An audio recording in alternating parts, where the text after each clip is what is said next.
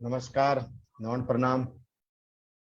आज के online class Zamani साहित्य ज्ञान परीक्षा 2022 की ऑनलाइन क्लास में आपका सबका स्वागत है। आज के हमारे मुख्य वक्ता है डॉक्टर भंवरलाल उमरलाई जी और उनका विषय है शब्दवाणी। तो शब्दवाणी के बारे में आपको आज डिटेल बताया जाएगा। और आज के जो हमारे प्रोग्राम के जो संचालक हैं एडवोकेट R.D. जूरिया जी हैं। हाइट सही नहीं हो रही, हो रही के। तो मैं जूरिया जी से निवेदन करता हूं कि आप आवाज से मंच पर आए और आज के प्रोग्राम को स्टार्ट करें। जूरिया जी। जूरिया जी जुड़े हुए हैं डॉक्टर साहब क्या? मेरे को नहीं दिख रहे सर। पूनम जी जुड़े हैं? पूनम जी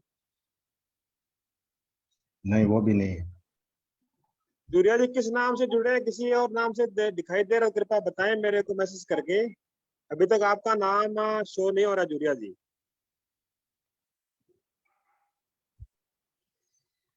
मध्य प्रदेश से एडवोकेट रामदयाल जी जूरिया जो आज के मंच संचालक हैं, कृपया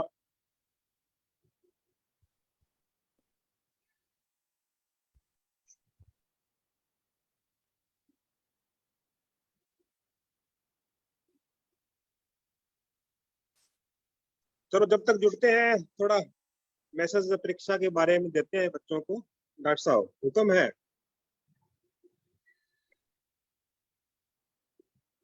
हाँ जी। डॉक्टर साहब आप बोलो कुछ। हाँ जी। मेरे लिए हुक्म है 2 मिनट बोलने का। हाँ हाँ, बिल्कुल बिल्कुल जी। आप बताइए, परीक्षा के बारे में बताइए, क्या प्रोग्रेस चल रही है। और भी बच्चों से कोई डिफिकल्टी है तो वो भी आप पूछ सकते हो। तो प्लीज आप बताइए। तो मैं जी जी जी।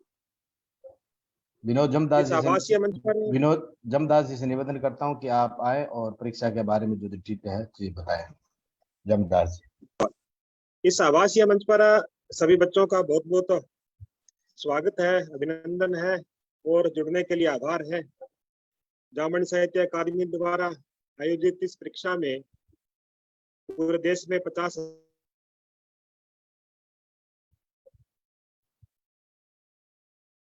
से बहुत से जुड़ रहे हैं। 585 सेंटर है और इस पर अब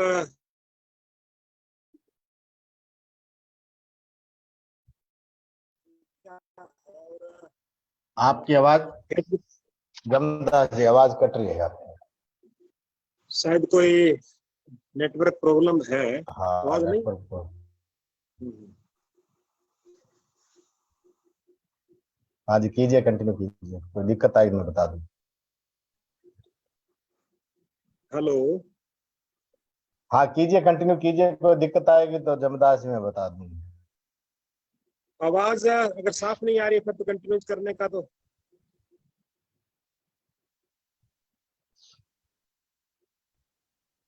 या तो वीडियो एक बार वीडियो बंद के आप मैसेज दो। जी जी जी कर रहा हूँ।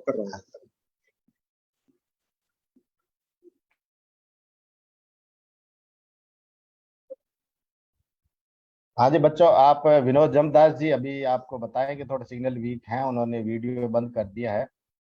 हमारे इस जामानी ज्ञान परीक्षा के जो संयोजक है, कर्ता धर्ता है, आप ही विनोद जमदास जी हैं, जो सबको बताते हैं कि आपको क्या करना है, ऑनलाइन किसको करना है, और सब चीजें जो है वो जमदास जी है की देख रेख में इनके मार्गदर्शन हो रहा है। तो बताइए जमदास जी परीक्षा के बारे में। क्या मेरी आवाज आ रही है कुछ के डॉक्टर साहब? आ रही है सर, आ रही है। हाँ हाँ। तो डॉक्टर साहब जैसा कि सभी को परीक्षा के बारे में जैसे अपनी क्लासें नित्य से लग रही है और आज डॉक्टर भंवरलाल उमरलाई जी हमारे मुख्य वक्ता के रूप में उपस्थित होंगे।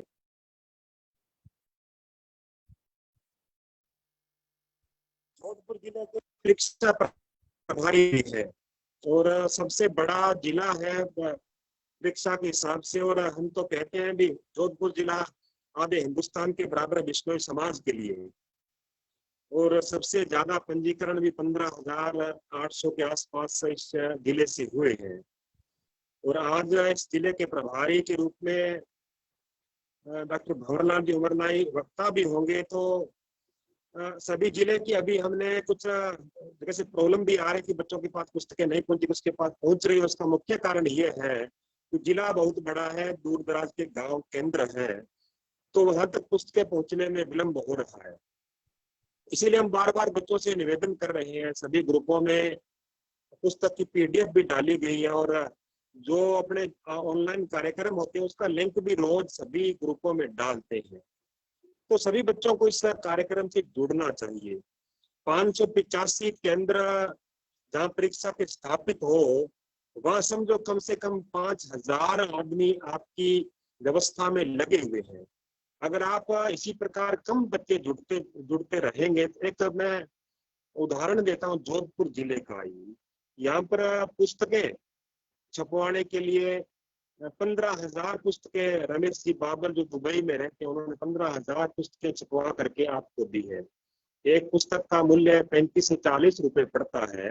कितना बड़ा उनका योगदान है। और सभी बच्चों के लिए उन्होंने केंद्रीय स्तर पर राष्ट्रीय स्तर का पुरस्कार, जिला का, प्रांत का, तहसील तक का पुरस्कार देना भी उन्होंने स्वीकार किया है।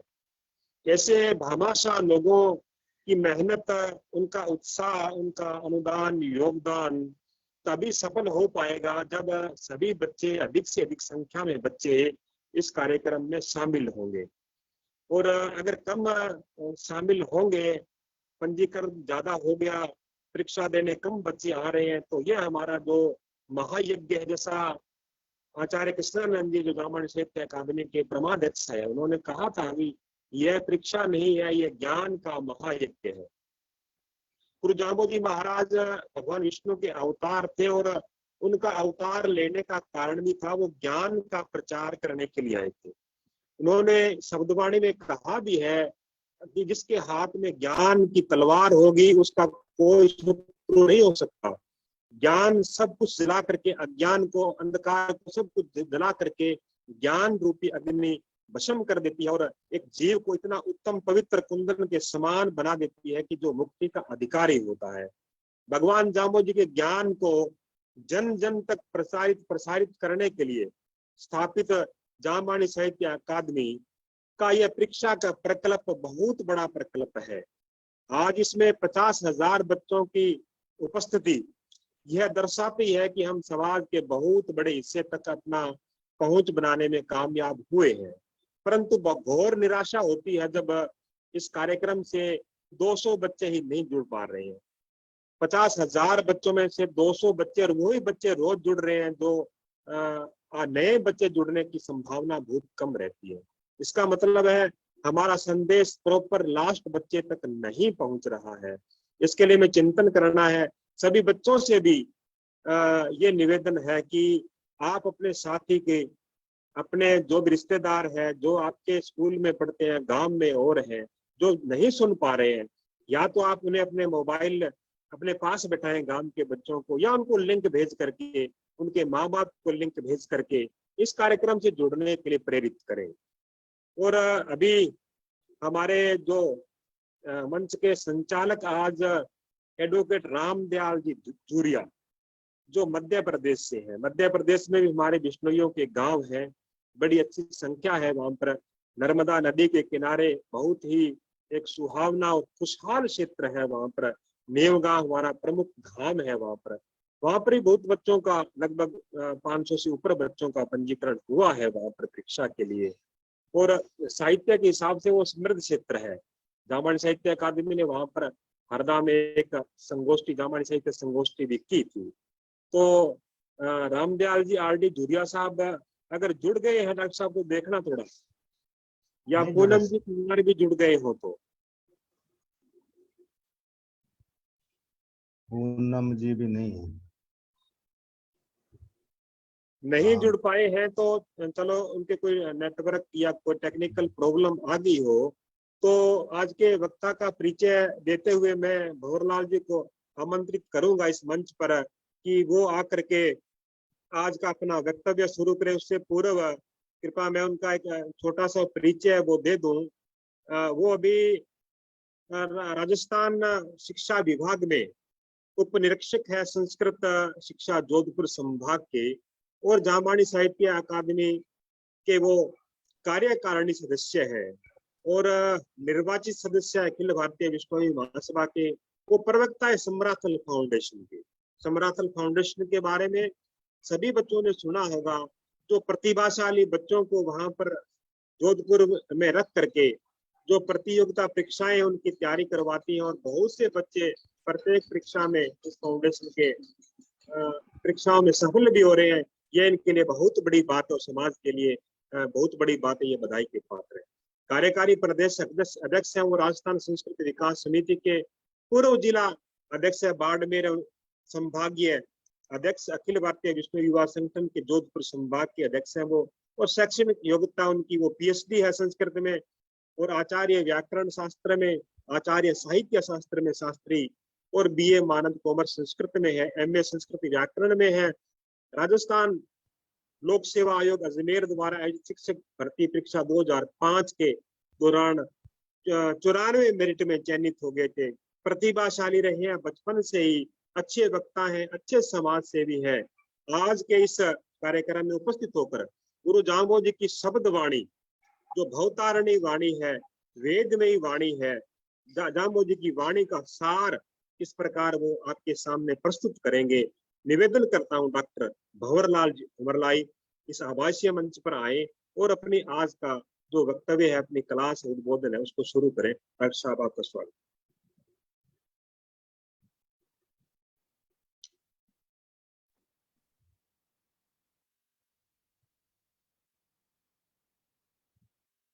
प्रणाम।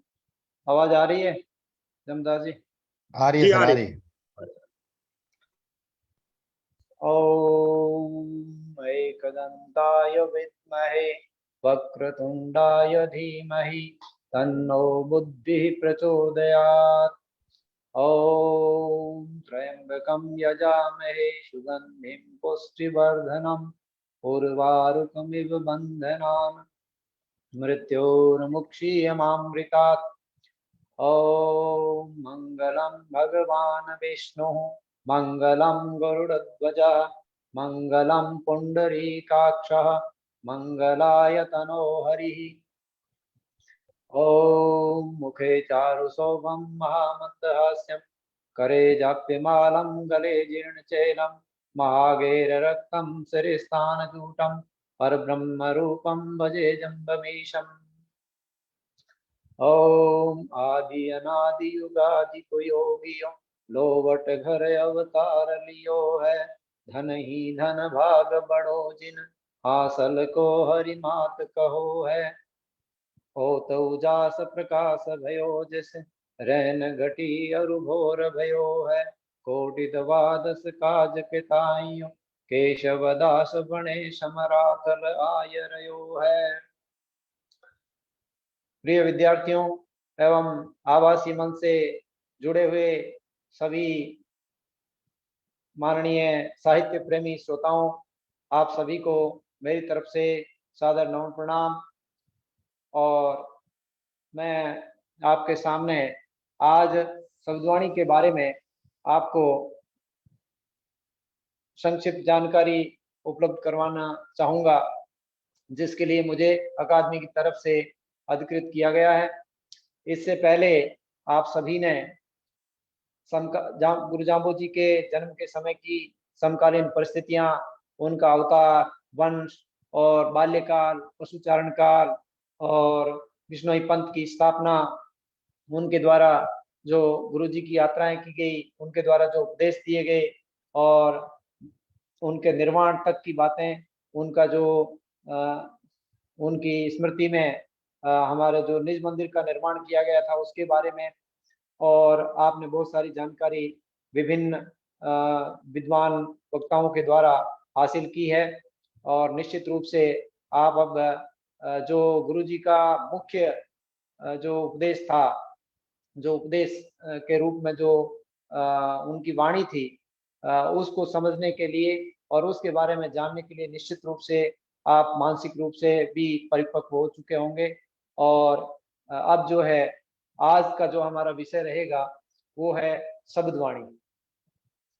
विद्यार्थियों, मैं आपको शब्दवाणी के बारे में सबसे पहले शब्द शब्द क्या है इसकी व्युत्पत्ति बताना चाहूंगा। जो गुरु महाराज ने जो शब्द कहे वो शब्द है क्या। शब्द की व्युत्पत्ति हमारे एक संस्कृत के मुनि हुए हैं आचार्य भर्तृहरि, जो व्याकरण शास्त्र के ज्ञाता थे।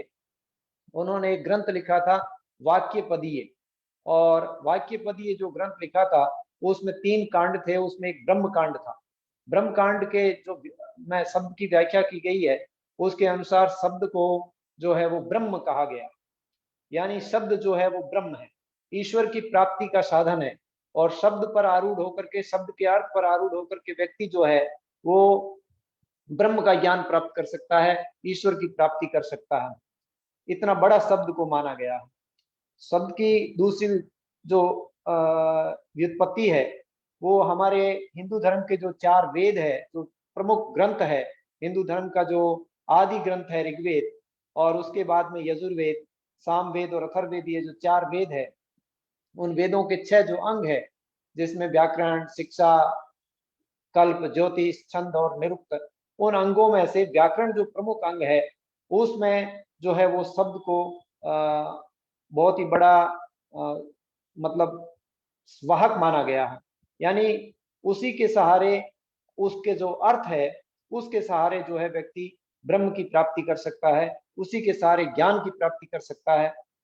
भारतीय दर्शन में जो शब्द है उसको एक प्रमाण स्वीकार किया गया। वेदांत दर्शन है उसमें भी स्वीकार किया है। आचार्य गौतम ने भी शब्द को एक प्रमाण जो है वो माना है। शब्द प्रमाण, प्रमाण क्या है? प्रमाण ये है कि हम कोई भी जो सत्य चीज है, जो सच्ची वस्तु है, सही क्या है और गलत क्या है, इसका निर्णय हमें शब्द से होगा। शब्द वैसे 2 प्रकार के हैं, साधु और असाधु शब्द, लेकिन जो वाचन करने योग्य और जो अर्थ से के योग्य है वो साधु शब्द ही है। यानी जो अच्छे शब्द है वही, उन्हीं शब्दों को इसका कारक माना गया है, असाधु शब्दों को नहीं। तो जो साधु शब्द है, जो सही और गलत की पहचान कराते हैं, जो ईश्वर तक पहुंचाने में हमारा सहयोग करते हैं, वो शब्द, उन्हीं को शब्द माना है। और प्रमाण क्या है? प्रमाण ये है कि जैसे उन्होंने पहला प्रमाण माना है वो प्रत्यक्ष को माना। प्रत्यक्ष का मतलब है कोई चीज है, भगवान को किसने देखा? तो मैं कहता हूं कि मैंने देखा। तो प्रत्यक्ष देखना, यानी मैं खड़ा हूं और मेरे सामने ईश्वर जो है अपना स्वरूप दिखा करके खड़े हैं, वो प्रत्यक्ष है। तो इसी प्रकार से उस प्रत्यक्ष के बराबर ही इस शब्द को प्रमाण माना। यानी ये शब्द इतना बड़ा है कि शब्द के माध्यम से भी अपन ब्रह्म को जान सकते हैं। अगर अपन को शब्द का ज्ञान हो गया तो अपन को ब्रह्म का ज्ञान हो गया, अपन को ईश्वर का ज्ञान हो गया। इतना अपन को मानना चाहिए। कैसे? कि जैसे उन्होंने कहा कि भाई शब्द को कैसे प्रमाण मानेंगे? शब्द है, कौन सा शब्द सही माने, कौन सा गलत माने? मैं कह दूं किसी एक गाय है, उसको जो है वो ईश्वर मान लो, या जाम्बू जी का अवतार मान लो, या ईश्वर का रूप मान लो, लेकिन वो शब्द नहीं है। शब्द उन्होंने कहा ऋषि मुनियों का जो आप तो वचन है, ऋषि मुनियों का जो साधु शब्द है वो शब्द। उसी कड़ी में हमारे ऋषि मुनि गुरु महाराज जाम्बू जी ने जो शब्द कहे, उन्हीं शब्दों को अपन मान सकते हैं। तो जाम्बू जी का जो शब्द है वो भी एक ऋषि मुनियों का आप्त वचन है। गुरु महाराज ने जो आप्त वचन कहे वो भी एक जो है ईश्वर के बारे में साक्षी है, प्रमाण है। और उन्होंने वो जो शब्द कहे, वो शब्द, सबसे पहला शब्द जो है, उन्होंने 7 वर्ष की आयु, जो 7 वर्ष तक मौन आपने पहले पढ़ा ही है, तो 7 वर्ष तक उन्होंने जो मौन रखा वो उनका मौन व्रत था। लेकिन उनके जो पिताजी लॉर्ड जी और उनकी माताजी और उनके परिवार को ये शक हो गया कि ये बालक जो है वो गूंगा है और ये बोल नहीं पाएगा। तो इसको बोलाने के लिए उन्होंने जो है इधर उधर लोगों से संपर्क किया, गांव में पूछा, इधर उधर पूछा, तो बहुत सारे ऐसे लोगों ने बताया कि भाई कोई भी फलाना वहां पे महाराज है, झाड़ फूक करता है, जो है ऐसे भोपे हैं, उनके पास जाओ। तो इस प्रकार से उनको अलग अलग लोगों ने अलग अलग परिचय दिया, और वो जो है भटके उनके लिए कि भाई ये लड़का हमारे गूंगा जन्म लिया, इतनी बड़ी उम्र में इसका जन्म हुआ है, और अब जो है हमारे तो इस बुढ़ापे के अंदर ये बालक बोल ही नहीं रहा, तो इसका क्या किया जाए। तो ऐसे जतन करते करते वो जो है एक पुरोहित के पास पहुंचते हैं, और वो पुरोहित उनके घर आता है, और वो उनको जो है तांत्रिक झाड़ फूक करके उनको कहता है कि मैं जो है गुरु महाराज को, मैं जो है इस बालक को बुलवा दूंगा। इस प्रकार से वो जो है अपने तंत्र मंत्र की क्रिया करने लगते हैं, और वो जो है गुरु महाराज तो जो है ईश्वर का रूप थे, वो भगवान विष्णु का अवतार थे, तो वो जो है उसको देख रहे हैं कि ये किस तरीके से जो है भोले भाले लोगों को मूर्ख बना रहा है, अंधविश्वास फैला रहा है। तो गुरु महाराज ने जो है जैसे ही वो ऐसा तंत्र मंत्र करने के लिए दीपक जलाने का प्रयास करता है, तो एक दीपक जलाता है, दूसरा दीपक उसका जो है वो राज हो जाता है, बुझ जाता है, तीसरा जलाता है, चौथा बुझ जाता है। इस प्रकार से जो है वो उसका तंत्र मंत्र क्रिया उनके ऊपर लागू नहीं होती। तब वो जो है परेशान हो जाता है, और ऐसी स्थिति में गुरु महाराज कहते हैं कि वो जो है पानी से भर करके और दीपक को चिमटी से बजा करके और पहला शब्द अपना बोलते हैं, कहते हैं ओम गुरु जी न पुरोहित गुरुमुख धर्म बखानी। ये जो है शब्द, पहला शब्द उसके अहंकार को, उसके पाखंड को मिटाने के लिए जो है, पाखंड का विरोध के स्वरूप में अपना पहला शब्द वो जो है कहते हैं। इस पर जो है ज्यादातर विद्वानों की एक राय है कि ये पहला ही शब्द रहा होगा, और बाकी उन्होंने बहुत सारे शब्द जो है वो 7 वर्ष की आयु से लगा करके और अपने निर्वाण प्राप्ति तक उन्होंने बहुत सारे शब्द उन्होंने कहे। जो लोग उस समय साधु संत थे, जो उनके शिष्य थे, जो अपने समाज के जो दीक्षित लोग थे, जिन्होंने धर्म ग्रहण किया, उन लोगों ने जो है इन शब्दों को याद रखा। ज्यादातर श्रुत परंपरा थी, लेखन परंपरा बहुत बाद में शुरू हुई। उससे पहले श्रुत परंपरा से जो है गुरुजी ने अपने शिष्यों को कहा, शिष्यों ने अनुयायियों को कहा, इस तरीके से जो है लोगों ने वो कुछ शब्द लगातार श्रुत परंपरा से चलते रही कई वर्षों तक, और धीरे धीरे करते जो है हो सकता है काफी शब्द जो है वो अपने आज नहीं है, उनके उपस्थित नहीं है, लेकिन 120 जो है मान्य शब्द अपने सभी लगभग एक राय इस पे है कि भाई जो है ये मान्यता प्राप्त शब्द है, जिनको साधु संतों ने व्याख्या की है, बहुत सारे विद्वानों ने की है, और 120 शब्दों के पाठ जो है वो प्रचलित हो गए, और धीरे धीरे करते ये आज एक आचार संहिता के रूप में, एक हमारे मार्गदर्शन के रूप में, हमारे उपदेश ग्रंथ के रूप में आज हम सबके सामने व्याप्त है, और हम इनका अनुसरण करते हैं। हर अमावस्या के दिन, कोई प्रतिदिन, जब जैसे भी समय मिलता है, प्रत्येक घर में जो है शब्दवाणी का पाठ होता है। उसके साथ में वैदिक परंपरा से जो है यज्ञ होता है और हवन किया जाता है, और वातावरण शुद्धि के लिए प्रयास किया जाता है, और जो है इन शब्दों के माध्यम से ज्ञान प्राप्ति का प्रयास किया जाता है। इन शब्दों का रचना काल जो है वो कहते हैं कि विक्रम संवत 1515 से लगा करके और 1593 के बीच में ये रचना काल मानी जाती है। यानी गुरु महाराज का जो जन्म हुआ था वो 1508 में हुआ था, और 1508 से 7 वर्ष तक उन्होंने मौन रखा। उसके बाद में जो है 1515 से लगा करके और निर्वाण प्राप्ति जो 1593 मिक्सरबद्ध नवमी जो अपन सुनते हैं, उसके अनुरूप जो है इन्होंने शब्दों का ये रचना काल माना जाता है उनका, यानी उन शब्दों का उच्चारण काल माना जाता है, जो उन्होंने विभिन्न बहुत सारे राजा महाराजाओं के साथ में जहां भी उन्होंने भ्रमण किया, जहां जैसा प्रसंग उन्होंने देखा, तो लोगों के जो है उन्होंने लोक कल्याण के लिए और लोगों के ज्ञान में वृद्धि के लिए इस तरीके से जो है उन्होंने इन शब्दों का उपदेश दिया, इन शब्दों का उच्चारण किया, जिससे लोगों को जो है वो ज्ञान प्राप्त हुआ। जाम्बो जी ने जो शब्द कहे थे उनका मुख्य उद्देश्य था आत्मज्ञान। आत्मज्ञान का मतलब है कि व्यक्ति जो है वो स्वयं को पहचाने, अपनी खुद की पहचान करे। दूसरा उनका उद्देश्य था लोक कल्याण। लोक कल्याण का मतलब है कि एक व्यक्ति अपना आत्मज्ञान प्राप्त करे, दूसरा व्यक्ति जो है वो भी उसको दूसरे को कहे, इसी तरीके से समस्त लोक का कल्याण हो। यानी उन्होंने जो भी उपदेश दिए वो एक यूनिवर्सल उपदेश दिए, जो पूरे ग्लोबल में, पूरे वैश्विक स्तर पर जो है लोगों का कल्याण करने के काम आए। इस प्रकार से जो है उनके उपदेश इन शब्दवाणी में थे।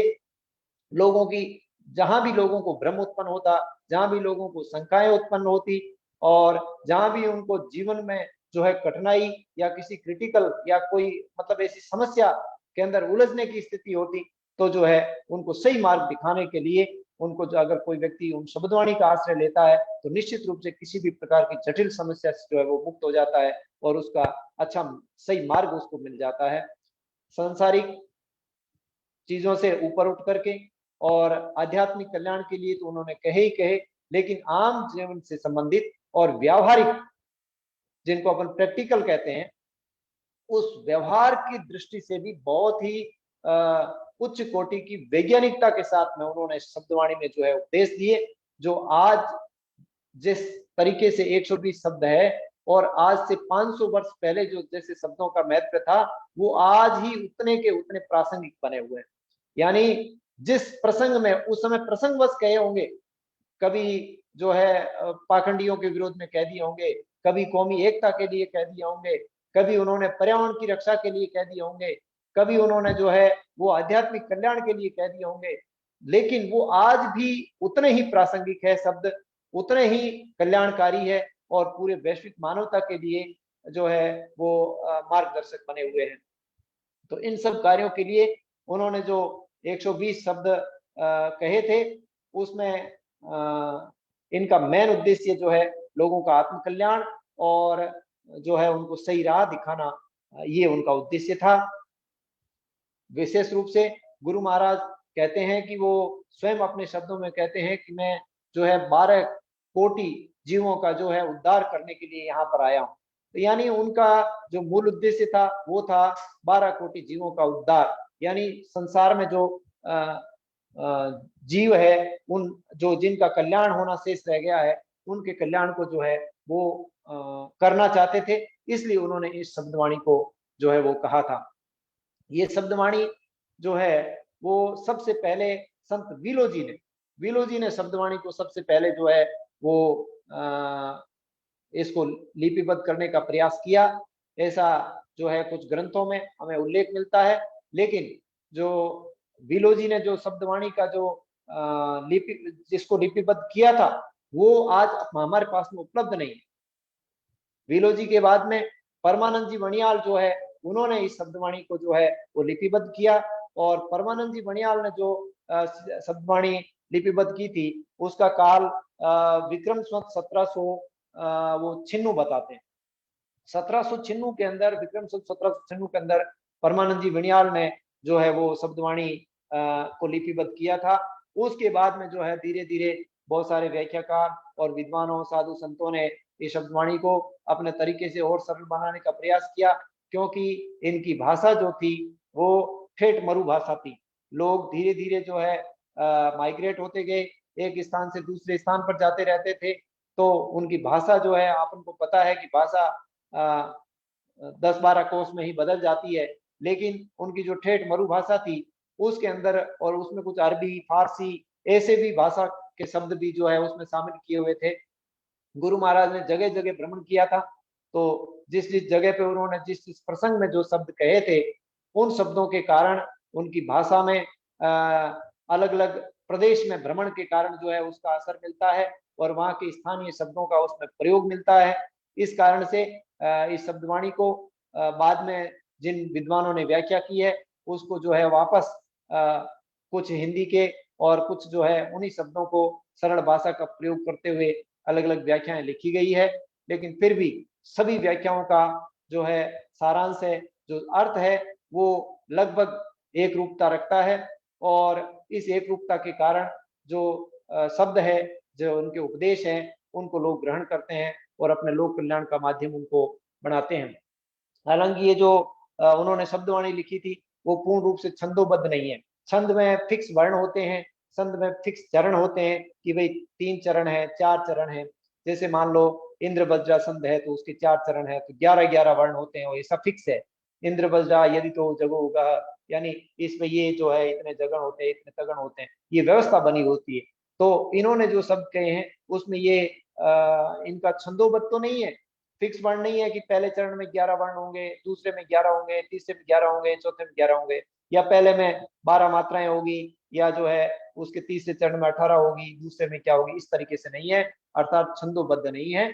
लेकिन फिर भी जो है ये शब्दवाणी है, ये मरु भाषा में होने के कारण जो है एक प्रकार से ठेठ भाषा में लिखी गई है, और उसी के रूप में जो है लिपिबद्ध की गई है।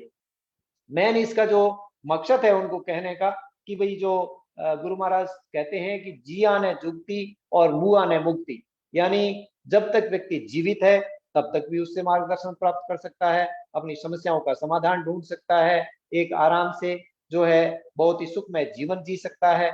गृहस्थ जो आश्रम है उसको पूरे सभी चारों आश्रमों के अंदर जो है इसका आमुख बताया गया। तो व्यक्ति इसमें धर्म कर्म सब अपने जो है कल्याणकारी कार्य इसमें करता है, दान पुण्य जितने भी जो पुरुषार्थ है वो सारे इसमें करने का प्रयास करता है।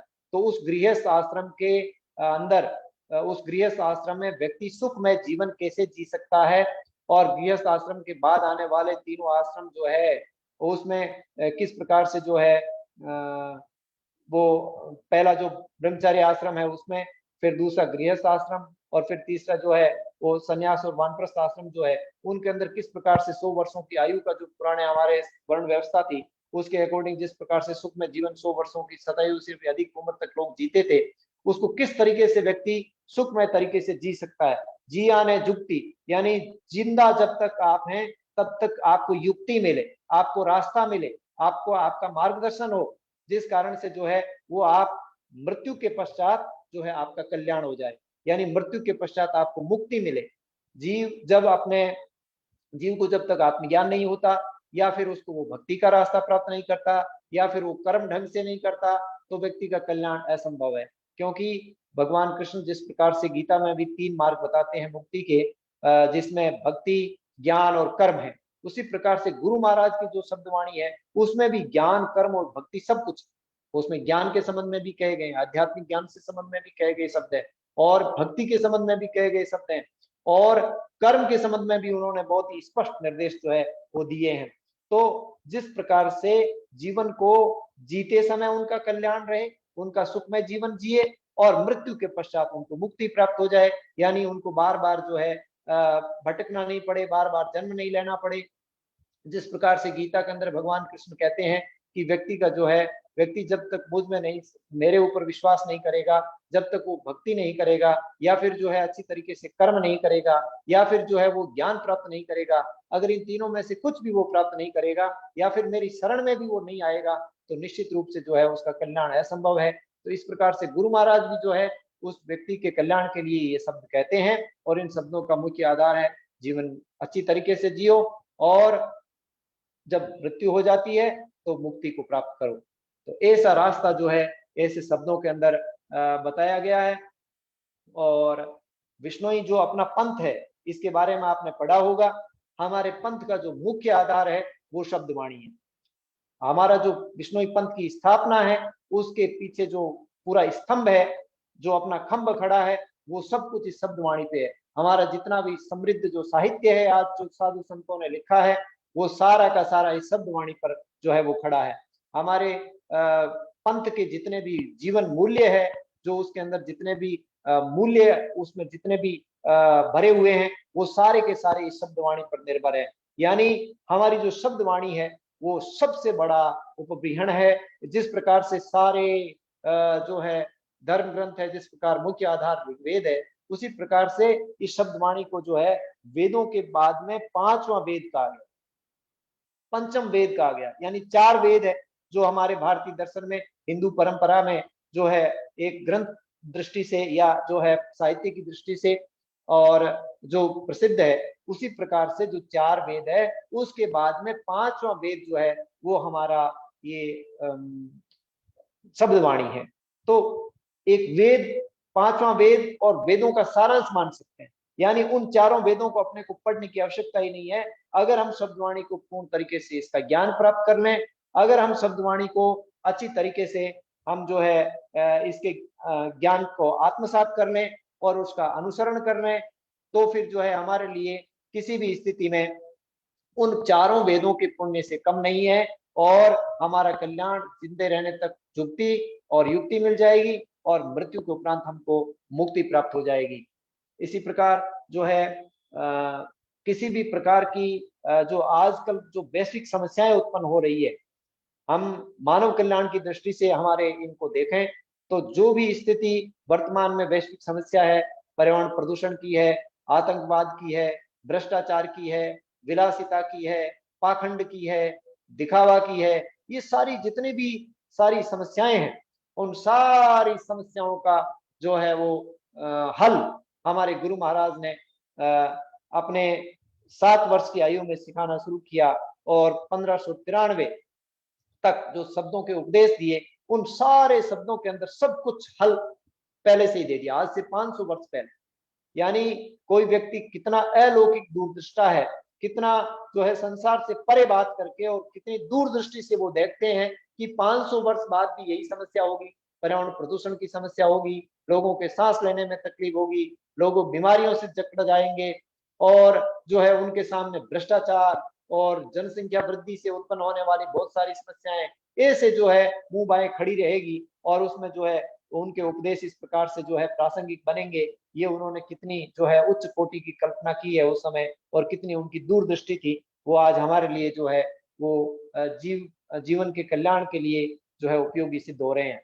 तो गुरु महाराज के जो शब्दवाणी है वो उनकी विचारधारा क्या थी, उनके उद्देश्य क्या थे, ये सारे उनसे परिलक्षित होते हैं। सब कुछ गुरु महाराज की शब्दवाणी के अंदर वो उनका आमुख है। आमुख का मतलब है अपन कोई भी कार्य करते हैं तो उसके सबसे पहले उसका संक्षिप्त उसका मुखौटा तैयार करते हैं, वो उसके अंदर एक सारांश, कोई भी अपन प्रयोग करते हैं तो उसका मॉडल तैयार करते हैं उसको समझाने के लिए, एक उसकी रूपरेखा तैयार करते हैं। वो सब कुछ उनका शब्दवाणी से प्रकट हो जाएगा कि गुरु महाराज का चरित्र क्या है और गुरु महाराज की विचारधारा कैसी थी और किस प्रकार से उन्होंने कल्याण, सबके कल्याण के लिए, मानवता के कल्याण के लिए जो है उन्होंने सोचा था, जीवों के कल्याण के लिए सोचा था, वो चीजें उनकी शब्दवाणी से स्पष्ट होती है।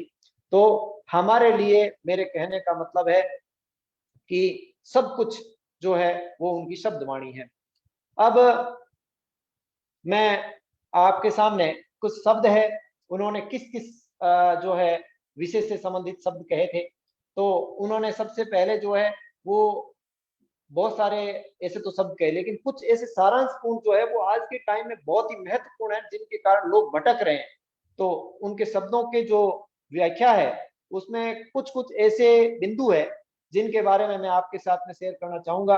वैसे तो 120 शब्द जो है वो हमारे इस साहित्य के अंदर, जामानी विचारधारा के अंदर जो है प्रामाणिक माने गए हैं, लेकिन मेरा जो ये कुछ उनका संक्षिप्तीकरण किया है मैंने कि कुछ विषयों, जो विषय आज के समय में बहुत ही उपयोगी है उनके लिए। तो पहला जो कुछ शब्द जो है वो उनके हैं, पहला एक शब्द है कि पाखंड विरोध।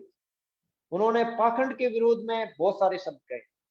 वो पाखंड को, हमारे को इतनी मंत्र तंत्र इनमें जादू टोना करना, लोगों को जो है अंधविश्वास में डाल देना और ये भोपा टोना इस प्रकार की चीजों में डाल करके लोगों को परेशानी में डाल देना, इस प्रकार के जो है लोग उस समय लूट किया करते थे, धन लूट लेते थे कि भाई यहाँ इतने पैसे दीजिए, इतना धन दीजिए, इतना अनाज दीजिए, तुमको हम ठीक कर देंगे, तुम्हारी ये व्याधि ठीक कर देंगे, तुम्हारी ये बीमारी ठीक कर देंगे, झाड़ फूंक करके जो है इस प्रकार से लोगों को बरगलाते थे। तो उनके विरोध में उन्होंने पाखंड, उन्होंने कहा था कान चिरावो चिरघट पहरो, ऐसा ये पाखंड तो जोगन होई।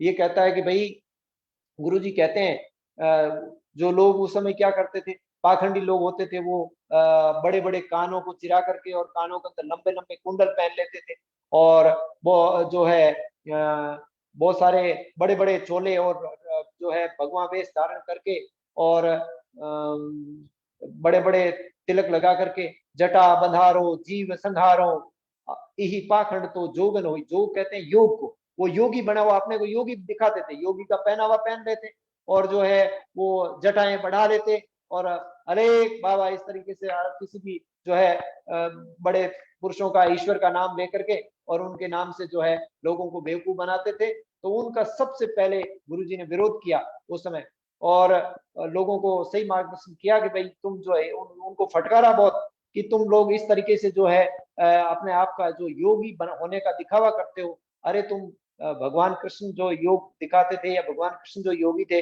वैसे तुम योगी नहीं हो, तुम तो जो है केवल दिखावा करते हो, कानों में कुंडल पहन लिए, जटाएं बढ़ा ली, बबूत लगा ली, तिलक लगा लिया और जो है इस प्रकार से आप ये करते हो। जैसे पहले कबीरदास जी ने कहा जप माला छापा तिलक, इसी प्रकार से गुरु नानक ने विरोध किया। तो उस समय संतों ने जो है भक्ति काल के अंदर बहुत सारे ऐसे संत महात्मा हुए जो है उन्होंने भी मार्गदर्शन किया। इसी तरीके से गुरु महाराज जाम्बो जी ने भी जो है वो सबसे पहले पाखंड का विरोध किया और उन्होंने लोगों को सही मार्ग पर लाया कि भाई इस प्रकार के जो ये जादू टोना करने वाले लोग हैं, अंधविश्वास फैलाने वाले लोग हैं, इनके चक्कर में आपको नहीं आना है।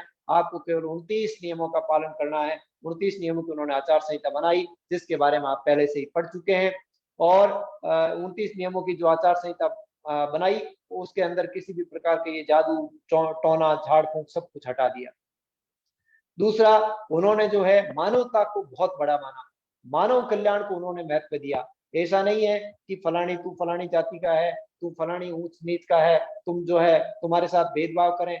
उन्होंने गंदगी को जरूर उन्होंने जो है घृणा की, लेकिन उन्होंने मानवता से घृणा नहीं की। उन्होंने हिंदू, मुसलमान, सिख, ईसाई सभी जितने भी पंथ है, वो कहते हैं एक शब्द में कहते हैं, हिंदू मुसलमाना दो ही पंथ ना ही जुआ जुआ।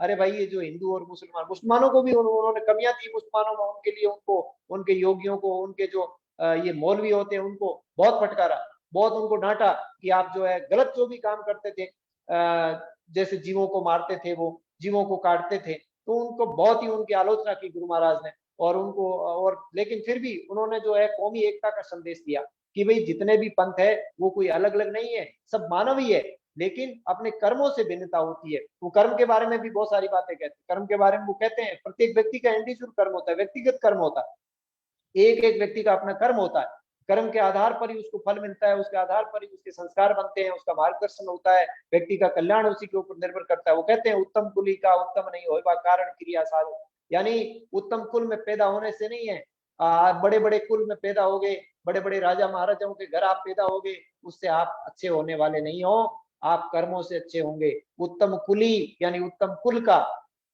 उत्तम नहीं होएगा यानी उत्तम नहीं हो सकता। उत्तम कुल में किसी राजा महाराजा के घर में, बड़े सेठ के घर में पैदा होने से व्यक्ति उत्तम नहीं हो सकता। व्यक्ति उत्तम तभी होगा कारण क्रिया सारू। अरे भाई, जो काम आप करोगे, जो आप अपना कर्म करोगे, उससे आपकी पहचान होगी, वो आप, उससे आप उत्तम कहलाएंगे। अगर कोई व्यक्ति किसी मलेच्छ के घर भी पैदा होता है, शूद्र के घर भी पैदा होता है, लेकिन उसके अगर कर्म अच्छे हैं, अगर वो उसमें मानवता है और वो मानवीय गुणों को रखता है, तो वो निश्चित रूप से उत्तम है। वो किसी भी प्रकार से हेय नहीं है, वो घृणित नहीं है। गुरु महाराज कहते हैं कि जो है बुराइयों का वो विरोध करते हैं। तीसरी बात उनकी मैन है बुराइयों का विरोध करना। बुराइयों की विरोध करते वो कहते हैं कि मैं मद ना कर काजी, मैं मद का तो विषम विचार। जो मुसलमान होते हैं वो महमद का नाम लेते हैं, लेकिन उनका नाम लेकर के जो है वो जो जीव की हत्या वगैरह करते हैं, तो उनको कहते हैं कि भाई महमद जो मोहम्मद साहब थे, जो उनके उनके पंथ को दिखाने वाले, तो उनमें तो कई विषम विचार, उनके तो विचार आपसे विषम है। यानी उन्होंने कब कहा कि तुम जीव मारो, ये करो। अगर किसी भी प्रकार से कोई भी व्यक्ति अच्छा होता है, साधु महात्मा होता है, सही मार्ग पर लाता है, तो उसका नाम लेकर के अपन जो है गलत काम अपने को नहीं करना चाहिए। कुछ लोग ऐसे होते हैं जो अफवाह फैलाते हैं, और जो है गुरु महाराज के नाम से भी, और इस प्रकार से बाबा रामदेव के नाम से भी, रामदेव जी के नाम से, बहुत सारे ऐसे लोग, कई संत महात्मा हुए, उनके नाम से लोग जो है बैठ जाते हैं और जो है चंदा इकट्ठा करते हैं, या इसी प्रकार से अलग अलग प्रकार के अपने निजी स्वार्थ के लिए अगर कोई काम लेते हैं। मैं किसी को इंगित करके नहीं कह रहा हूँ, कहने का मतलब ये एक एग्जाम्पल है कि बहुत सारे संत महात्माओं और देवी देवताओं के नाम पर लोग जो है वो लूट मचाते हैं। उसका उन्होंने विरोध किया। उन्होंने कहा कि उनके संस्कार अलग थे महमद साहब के, और आपके संस्कार जो है वो बिल्कुल अलग है। ऐसे जो है आप उनका नाम लेकर के जो है वो आप ये गलत काम कर रहे हो, इसका गलत परिणाम होगा। ये कहते हैं कि दिल साबत हज काबो नेड़े क्या उल्बंग पुकारो। उनको वो पुकारते, ये जो इस प्रकार से अजान बोलते हैं और जोर जोर से आवाज करते हैं माइक लगा करके, उसको भी वो कहते हैं कि भाई ऐसे उल्बंग लगाने से जो है, इस प्रकार से आवाज करने से जो है वो क्या उल्बंग पुकारो, यानी ईश्वर जो है वो तो बहुत आसानी से सुन लेता है, आपके हृदय में है। आपको जो अपन को भी कहा हिंदू होए के हर क्यों ना जम्प्यो, कहाँ दस दिल पसरायो, ठीक है ना। और इसी प्रकार से वो अपने को भी कहते हैं कि हिंदू होकर तीर्थ न्यावे अटड़ी धोके। कहने का मतलब है वो कहते हैं कि भाई तेरे जो तीर्थ है वो सारे के सारे तेरे हृदय के अंदर है, तेरे शरीर के अंदर है। तो इस प्रकार से हिंदू मुसलमान किसी को भी वो समान रूप से कहते हैं। जो भी गलतियां हिंदुओं की है वो हिंदुओं को बताते हैं, मुसलमानों की गलतियां वो उनको बताते हैं। तो वो एक प्रकार से मानव कल्याण के लिए जो भी हो सकता था वो अपनी शब्दवाणी के अंदर जो है वो करते हैं। इसी प्रकार से जो है अहिंसा के पक्षधर थे वो, और जीव हत्या के विरोधी थे। जीव हत्या का विरोधी होना और अहिंसा का पक्षधर होना, बहुत सारे ऐसे अपन जो है इतिहास हमारा है वो अपन भारतीय इतिहास में अपन देखते हैं कि सिंधु सभ्यता से अपन प्रारंभ होते हैं और वैदिक काल आता है, उसके बाद में जो है इसी प्रकार से उत्तर वैदिक काल आता है। उत्तर वैदिक काल के बाद में जो है उत्तर वैदिक काल के आसपास ही अपने जो हिंदू धर्म में बहुत सारी समस्याएं पैदा होती है, उनके तंत्र मंत्र जादू टोना और ये इस प्रकार की प्रवृत्तियां शुरू हो जाती है। इस कारण से जो है वो दार्शनिक होते हैं, सच्चे दार्शनिक, और जो हिंदू धर्म के पक्षधर जो अच्छे लोग होते हैं वो इन बुराइयों का विरोध करते हैं। पशु बलि शुरू हो जाती है, जीव हत्याएं शुरू हो जाती है, तो इनका विरोध करने के लिए जो है हिंदू धर्म का विखंडन होकर के बहुत छोटे छोटे धर्म पैदा हो जाते हैं, बहुत छोटे छोटे पंथ स्थापित होते हैं। जैन धर्म है, बौद्ध धर्म है, ऐसे पंथ स्थापित होते हैं और वो जो है इनके स्थापित होते ही वापस हिंदू धर्म में क्रांति आती है और अपने सुधार का एक पूरी क्रांति शुरू होती है। और धीरे धीरे करते जो है 11वीं 12वीं शताब्दी तक जो है वो जितना बार के आक्रमण होते हैं करते हैं, इन कारण से जो पतन होता है, धीरे धीरे करते भक्ति काल के अंदर जो है वापस साधु संतों महात्माओं के द्वारा वापस इसको पटरी पर लाए जाने का प्रयास होता है। तो इन सब के साथ में जो अहिंसा जो है वो 6ठी शताब्दी ईस्वी के आसपास जैन धर्म के अंदर जिस प्रकार से पल्लवित होती है, तो उसी को बीच में बहुत ही खराब स्थिति हो जाती है और गुरु महाराज ने वापस जो है उसको प्रतिस्थापित किया है अपने जो है 16वीं शताब्दी के अंदर। तो वो इसको जो है आगे बढ़ाते हैं, इसका इतना महात्म्य बताते हैं। वापस हमारा देश जब आजाद होता है तब भी, और गांधी जी ने इसको महत्वपूर्ण जो है हिस्सा माना है अहिंसा को। इसी तरीके से जो है हमारे संविधान के अंदर भी अहिंसा परमो धर्मः इस चीज को शामिल किया गया है, इस जीवन मूल्य को शामिल किया गया है। तो हमारे जो गुरु महाराज के जो आदर्श है अहिंसा के, जो जीव हत्या का जो विरोध का जो मूल्य है वो आज वैश्विक है, ग्लोबल है, इसको सारे लोग मानते हैं। तो दुनिया के अंदर ऐसे मूल्य जो है, दूसरा है जो पर्यावरण का मूल्य है, पर्यावरण की रक्षा का मूल्य है, ये भी जो है पूरा वैश्विक मूल्य है। संयुक्त राष्ट्र संघ जो है पर्यावरण की रक्षा के लिए अपना एक अलग से ही उन्होंने संस्थान बना रखा है और वर्तमान में जो है अपना जो मेन मुख्य जो मूल्य है पर्यावरण की रक्षा और जीव की रक्षा करना, इसको जो है हर जगह शामिल किया जा रहा है। तो ये सब गुरु महाराज ने 500 वर्ष पहले बहुत ही अच्छी तरीके से प्रतिस्थापित कर दिया और आज हमारा समाज उसको आगे लेकर के उसकी रक्षा के लिए भरसक प्रयत्न कर रहा है। अपन जो है अपनी जो ये परीक्षा हो रही है, ये जामवाणी साहित्य अकादमी जो स्थापित हुई है हमारे समाज के ही जो है बुद्धिजीवी लोगों ने स्थापित की है, इसके माध्यम से जो है हमारे समाज के बच्चों को संस्कार दिलाने के लिए कि हमारा धर्म क्या है, हमारे संस्कार क्या है, हमारे जीवन मूल्य क्या है, उन जीवन मूल्यों का खजाना है शब्दवाणी। और हम जीवन मूल्य का मतलब है वे कल्याणकारी तत्व जिनके सहारे व्यक्ति का कल्याण होता है, जीवित रहते हुए भी और मृत्यु को प्राप्त करने के बाद भी इस लोक से मुक्ति हो जाती है उस समय भी। तो ये सब रास्ता दिखाने के लिए हमारा जो प्रमुख आधार ग्रंथ जो शब्दवाणी है, इस शब्दवाणी के माध्यम से जो है हम सभी इस प्रकार की संस्थाएं, ये जैसे जामवाणी साहित्य अकादमी स्थापित हुई, आज हम ये परीक्षा ले रहे हैं, अब अपनी कक्षाएं चल रही है, इससे आप कुछ ग्रहण करेंगे, कुछ परीक्षा के दिन जो प्रश्न आएंगे उसके बारे में जानेंगे, तो आपको पूरा अपने समाज और पंथ के बारे में ज्ञान हो जाएगा कि अपना पंथ और समाज किस तरीके का है और हमारे आदर्श क्या है, हमारे मूल्य क्या है, हमको उनको किस तरीके से हमको चलना चाहिए। तो ये जो मानव का कल्याण करने के लिए जब पूरे विश्व के अंदर इनको मान्यता मिल रही है, तो कम से कम हम तो इसको पहचाने, हमारे समाज के बच्चे तो इसको पहचाने। इसलिए आपसे जो है हम सभी मुखातिब हो रहे हैं। तो आपको हमारी इस शब्दवाणी को पढ़ना है, इस शब्दवाणी के जितने भी शब्द हैं उनके अर्थ को पढ़ना है, और अभी जैसे परीक्षा हो जाती है इसमें आप संक्षिप्त सारांश पढ़ें और उसको दें, फिर आप रुचि जागृत करें और पूरी शब्दवाणी को पढ़ें, पूरी शब्दवाणी का जो है वो अर्थ है उसको जाने, तब अपन को पता चलेगा कि हमारे गुरु महाराज ने जो आज से 500 वर्ष पहले जो शब्दवाणी में जो उपदेश दिए, जो जीवों के कल्याणकारी जो उपदेश है, उसको पूरे विश्व में मान्यता मिली हुई है। और पूरे आप जो किताबों में पढ़ते हैं, अंग्रेजी में भी पढ़ते हैं, हिंदी में पढ़ते हैं, इतिहास में पढ़ते हैं, सब जगह इनको स्थान मिला हुआ। तो आप जैसे जैसे आगे बढ़ेंगे तो आपको लगेगा कि हमारे जो है 363 हमारे ऐसे लोग थे जो जीवों के लिए, पर्यावरण की रक्षा के लिए खेजड़ली के अंदर, जोधपुर के अंदर जो है वो शहीद हो गए। तो आपको ये सब जानकारी मिलेगी जब आप ग्रंथ पढ़ोगे। और वैसे आप सब वाकिफ हैं, लेकिन मैं एक एग्जांपल देना चाहता हूँ। ऐसे कई हमारे उदाहरण है, बहुत सारे ऐसे लोग हैं जिन्होंने जीवों की रक्षा के लिए बलिदान दिया। तो ये सब सारे संस्कार जो है हमारे, जो जितने भी मूल्य है, जितने भी हमारे गुरु महाराज के द्वारा जो प्रदत्त आदर्श है, वो सब हमको शब्दवाणी से प्राप्त होंगे। इसी तरीके से वो बहुत सारे शब्द इसके बारे में कहते हैं, जो जीवों की हत्या करते हैं उनको कहते हैं सुंडे काजी, सुंडे बुल्ला, सुंडे बकर कसाई, किंडी थरपी साड़ी रोसू, किंडी गाडर गाई। इसी प्रकार से वो जो है उनको कहते हैं कि भाई इस प्रकार से तुम जो है वो जो जीवों को मारते हो, बकरों के कसाई हो तुम, जो है बकरों को मारते हो। गाँव चर फिर आवे सहज दुहावे, तिसका खीर हलाली। अरे भाई जो चर फिर के घास फूस चर करके बेचारी आती है और उनका जो है अपन खीर बनाते हैं, दूध पीते हैं, उनसे अपना जीवन जो है समृद्ध होता है। हमारे बच्चे जो है उससे पोषण प्राप्त करते हैं। ऐसी उस गऊ को जो है जिसके गले करद क्यों सारो थे, पढ़ सुन रैया खाली।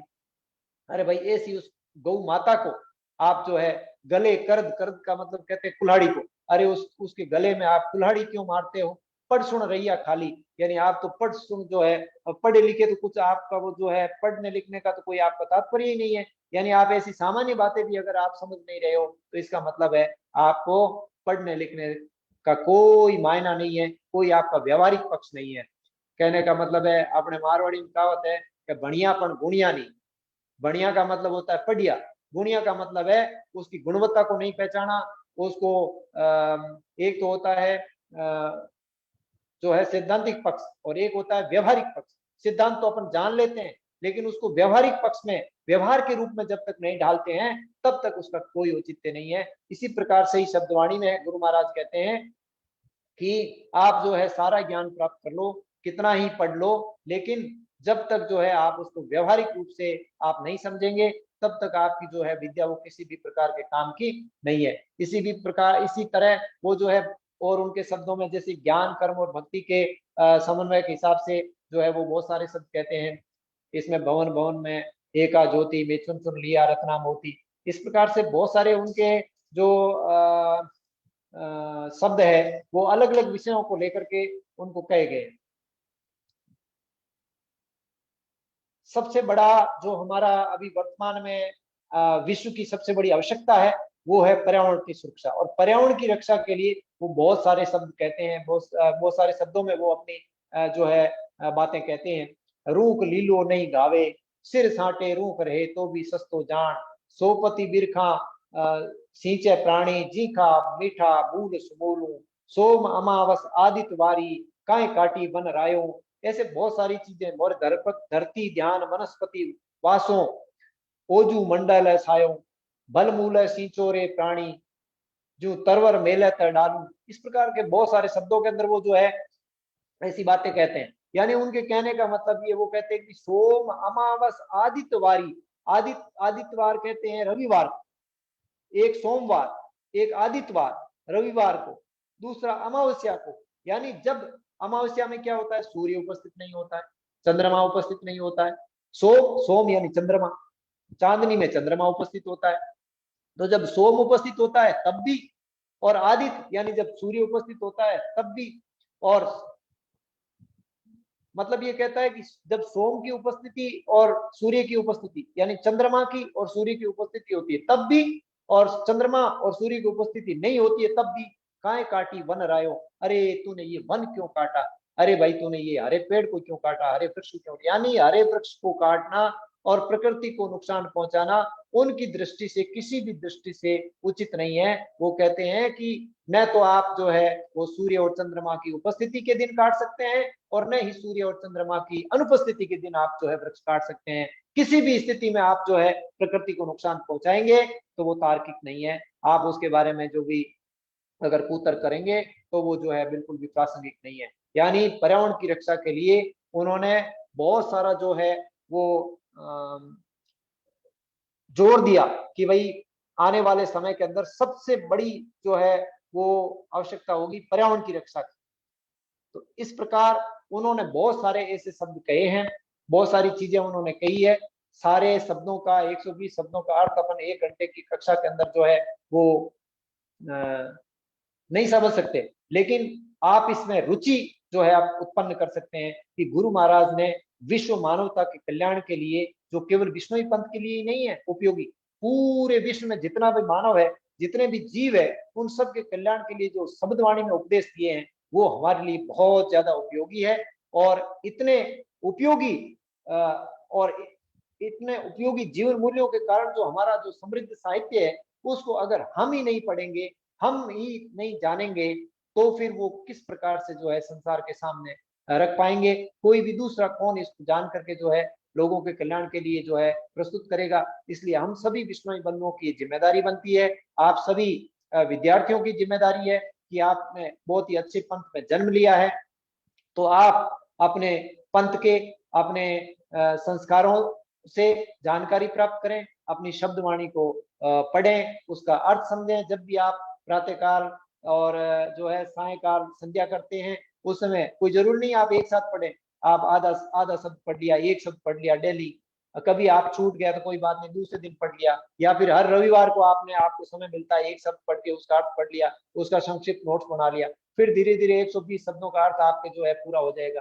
आपको पता ही नहीं चलेगा कि आपने पूरी शब्दवाणी पढ़ ली है। और चाहो तो आप एक एक शब्द याद भी कर सकते हो, पूरे शब्दों को धीरे धीरे याद भी कर सकते हो, फिर उनको जो है आप आचरण में लेना शुरू करें, धीरे धीरे उसको जो है उसको पालन करना शुरू करें, उसमें क्या बताए गए हैं, क्या चीजें उसमें कही गई है, तो फिर अपन जो है उसकी दृष्टि से परिपक्व हो जाएंगे, तो अपन दूसरों के सामने रख सकेंगे, पूरे विश्व के सामने रख सकेंगे। जहां भी अपन जाते हैं, कोई कहीं पढ़ने जाएगा, अभी आप छोटी उम्र है, कोई जो है विदेश जाएगा, कोई आपको हजारों जगह अवसर मिलेंगे, बहुत सारे समाजों के लोगों से आप जो है मुखातिब होंगे, तो अपने समाज की जो संस्कार है वो पूरी विश्व मानवता के कल्याणकारी है। इसलिए आपसे मेरी यही प्रार्थना है कि आप जो है इन हमारी शब्दवाणी को, हमारे गुरु महाराज के उपदेशों को, आदर्शों को और इन जीवन मूल्यों को पढ़ें, समझें और पूरी दुनिया को ये बताएं कि ये जो है आप सबके लिए जो है गुणकारी है, उपयोगी है, ताकि जो है इस विश्व का कल्याण हो सके और हमारे गुरु महाराज के आदर्शों से सभी लोग जो है पूरी दुनिया लाभान्वित हो सके। जय हिंद, जय भारत। समय हो गया है, इसलिए मैं बहुत धन्यवाद डॉक्टर भंवरलाल जी उमरलाई। शब्दवाणी पर आपका व्याख्यान बहुत उत्तम रहा। जैसा कि गुरु जाम्बो जी ने कहा है भी ये मेरी वेद वाणी है, और आपने भी कहा भी 5वां वेद है,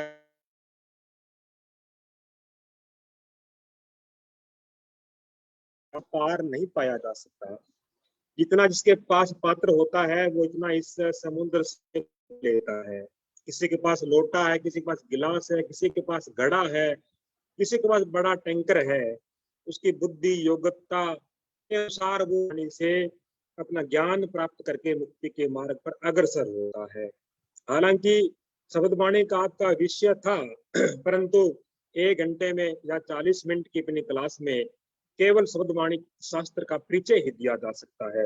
जिस प्रकार के कथावाचक किसी शास्त्र की, किसी ग्रंथ की कथा करता है तो प्रथम दिवस उस ग्रंथ का महात्म्य कहा जाता है। इसी प्रकार इस 40 मिनट में इस शब्दवाणी का महात्म्य मात्र कहा जा सकता है।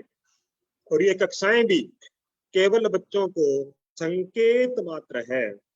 अधिक तैयारी के लिए बच्चों को पुस्तक उपलब्ध करवा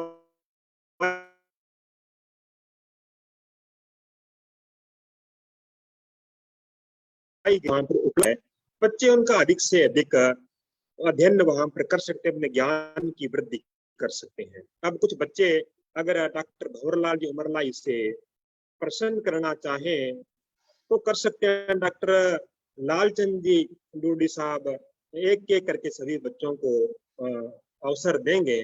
श्रुति अपनी दादी जी के साथ या नानी जी के साथ बैठी दिखाई दे रही है, कुछ और बच्चे दिखाई दे रहे हैं। इसका मतलब है भी बुजुर्ग भी उनके बच्चों के साथ बैठ करके इस क्लासेस का आनंद ले रहे हैं। सब बुजुर्गों के चरणों में मैं वंदन करता हूँ और बच्चों को बहुत शुभाशीष देता हूँ। डॉक्टर साहब से निवेदन है कि कृपया एक एक करके कुछ बच्चों के प्रश्न ले लें।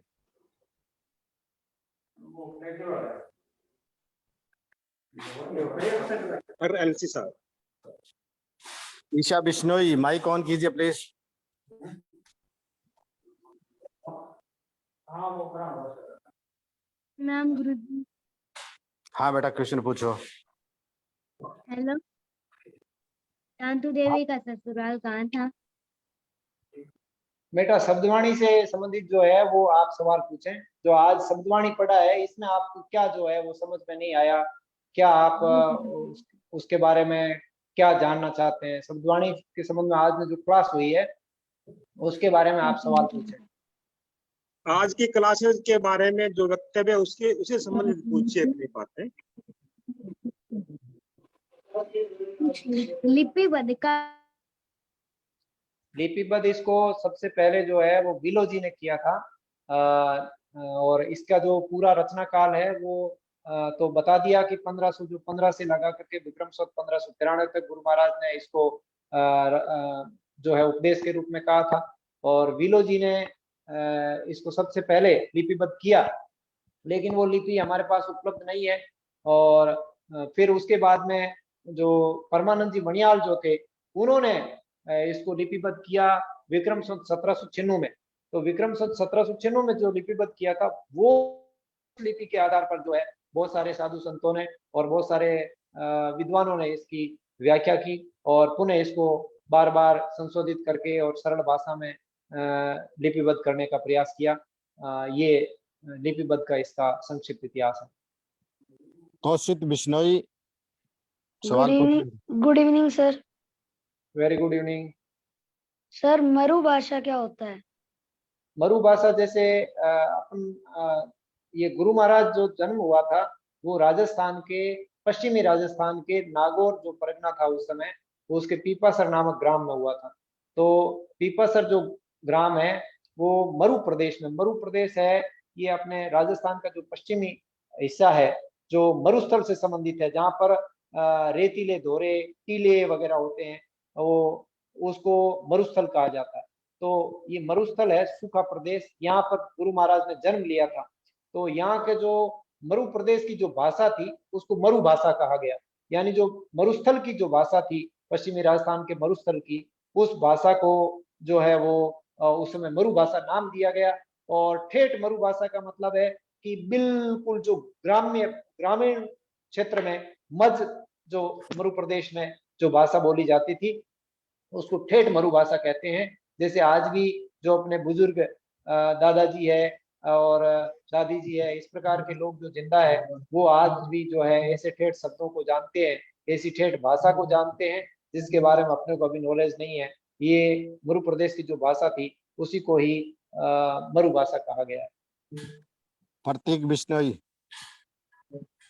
Good evening sir. Very good evening Prateek. Sir मैं 6th क्लास में पढ़ता हूँ, सर कौन कौन से चैप्टर आएंगे? चैप्टर तो बेटा आपने इतने पढ़ लिए हैं वो तो आएंगे ही आएंगे। अब शब्दवाणी के बाद में भी कुछ चैप्टर और होंगे, वो सब आएंगे। तो आप जो आपको एक पुस्तक दी थी यहाँ से जामानी साहित्य अकादमी की तरफ से, वो पुस्तक आपको मिल गई? उस पुस्तक को पढ़ना है। उस पुस्तक के अंदर जो है जितने टॉपिक दिए गए हैं उन टॉपिक में से सवाल पूछे जाएंगे। उससे संबंधित थोड़ा बहुत अगर आपके पास कहीं ज्ञान और है तो उसको भी आप जो है संक्षिप्त नोट्स बना सकते हैं। अभी तक आपके पास समय है, 10-15 दिन का समय पड़ा है, तो आप आराम से उसके नोट्स बना सकते हैं, उसके संक्षिप्त पढ़ लिख सकते हैं, जिसको शब्दवाणी से या कोई और अपने बड़े ग्रंथ है जैसे जमसार है, इस प्रकार की जो किताबें हैं उनसे भी आप ले सकते हैं, अपने बड़े बुजुर्गों से भी उनके बारे में जानकारी प्राप्त कर सकते हैं। लेकिन जो टॉपिक है वो अपनी जो बनवारी लाल जी की लिखी पुस्तक जो जामानी साहित्य अकादमी द्वारा आपको दी जा रही है, अगर आपने पहले इसको मना कर दिया है, आप किस जिले से संबंध रखते हैं ये तो मुझे पता नहीं है, लेकिन अगर आपने उन पुस्तक को लेने से पहले मना कर दिया है तो अब भी जो है वो पुस्तक आप आस पड़ोस में आपके किसी साथी ने मंगवाई है या आपके प्रभारी से संपर्क करें, वो आपको टॉपिक की सूची दे देंगे और उन टॉपिक से रिलेटेड ही सवाल पूछे जाएंगे। हो सकता है किताब से बाहर आ जाए, लेकिन उस टॉपिक जो है वो लगभग उस जो जामानी साहित्य अकादमी की किताब है उसी से ही आपको दिए जाएंगे। अभिनव बिश्नोई। गुरुजी निमन प्रणाम। जम्बेश्वर भगवान है आप में सब में। शब्द 2 प्रकार के थे, वो कौन से थे? शब्द साधु शब्द और असाधु शब्द। दो प्रकार के। साधु शब्द वो होता है जो कल्याण करने वाला होता है, जो सत्य होता है, जो सही होता है, और जो वाचन करने, उच्चारण करने के लिए होता है और उपयोग में लेने के लिए होता है। और असाधु शब्द वो होते हैं जिनको बोला नहीं जाता, जो बोलने के योग्य नहीं होते हैं, और उनको शब्द का मतलब ही है कि साधु शब्द। असाधु शब्द जो है वो साधु की श्रेणी में आते हैं। बहुत बहुत धन्यवाद। सर शब्दवाणी किस भाषा में लिखी हुई है? शब्दवाणी मरु भाषा में लिखी हुई है। जो मूल शब्दवाणी है वो ठेठ मरु भाषा में लिखी हुई है। जो राजस्थान के पश्चिमी प्रदेश में रहने वाले जो लोग थे, उन्होंने जैसी वहाँ की स्थानीय भाषा थी, उस भाषा के अंदर लिखी हुई। अच्छा सर, धन्यवाद। धन्यवाद। भगवान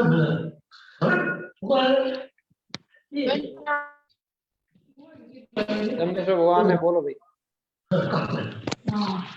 good evening sir. Very good evening. Sir मेरा ये प्रश्न था कि फिलहाल वर्तमान में मैं मध्य प्रदेश भोपाल में हूँ, तो सर क्या मुझे ये अकेडमी की ये जो पुस्तक है ये मुझे भोपाल में भी मिल सकती है? हाँ बिल्कुल मिल सकती है आपको। आप इस पुस्तक को आपके वहाँ पे जो प्रभारी बनाए हुए हैं मध्य प्रदेश भोपाल में, आपका क्या नाम है? विमान विष्णु सर। विमान, आप अपने जो भोपाल के अंदर जो प्रभारी बने हुए हैं, उन प्रभारी से आप जो है ये पुस्तक प्राप्त कर सकते हैं। फिर भी अगर आपको पुस्तक नहीं मिलती है तो आप मेरे मोबाइल नंबर जो है वो नोट कर लीजिए, और 9587653744। तो आपको मैं प्रभारी का नाम और मोबाइल नंबर दे दूंगा, आप उनसे लेकर के जो है वो जो है आप पुस्तक पढ़ सकते हैं। Can you please सर आप प्लीज रिपीट कर सकते हैं? 9587 जी sir. Yes sir. 6537 yes sir. 44। हाँ, आप मेरे को मैसेज कर देना, मैं आपको जो है भोपाल प्रभारी के मोबाइल नंबर दे दूंगा और आपको पुस्तक को उपलब्ध करा देंगे। ठीक है, धन्यवाद सर। धन्यवाद।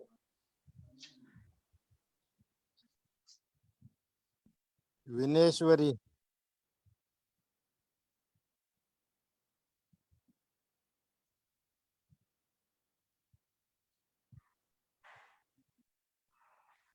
आपने हैंड रेज कर रखे हैं, मैं यहाँ से अलर्ट भेज रहा हूँ, तुरंत माइक ऑन कर लो। माइक ऑन करके वापिस ऑफ कर दे, तो फिर हैंड रेज क्यों करते हो? बजरंग बिश्नोई।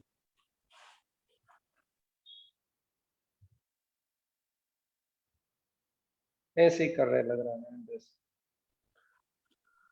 चलो ठीक है काफी हो गया। भंवरलाल जी, काफी सवाल जवाब हो गया, टाइम भी काफी हो गया। जी जी जी, धन्यवाद सर जी। आप सभी को प्रणाम, सबका आभार। आपने धैर्य पूर्वक सभी ने सुना, और कोई भी अगर वाचन में और किसी प्रकार की व्याख्या में कोई मानवीय त्रुटि रही है तो उसके लिए क्षमा प्रार्थी हूँ। धन्यवाद। जय गुरु जय बहुत बहुत धन्यवाद।